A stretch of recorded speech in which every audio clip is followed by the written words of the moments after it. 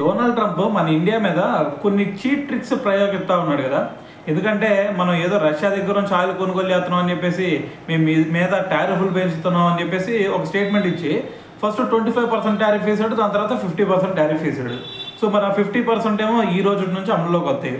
మరి అమల్లోకి వచ్చినంత మాత్రాన మన ఇండియా తగ్గిద్దా అంటే ఎట్టి పరిస్థితుల్లో మనం తల వంచేదే లేదు.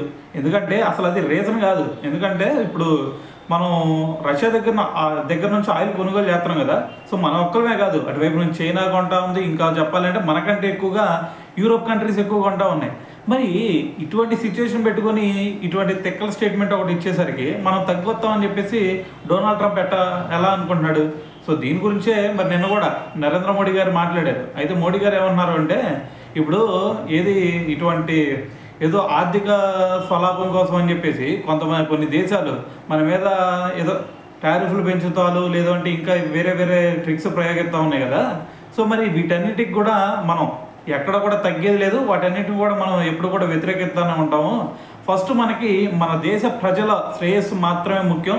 సో దానికి మించి వేరే వాళ్ళతో ఫ్రెండ్షిప్ కానీ, లేదంటే వాళ్ళతో సఖ్యంగా ఉండటం కానీ, ఇవన్నీ మనకి మెయిన్ ఇంపార్టెంట్ కాదు. ఫస్ట్ మన ప్రజలు సురక్షితంగా ఉండటం మాత్రమే మనకు ముఖ్యం. సో దాంతోపాటు మన రైతులకి, అదేవిధంగా చిన్న చిన్న వ్యాపారులకి, సో వీళ్ళందరికీ కూడా మనం ఎప్పుడు కూడా అండగానే ఉండాలా.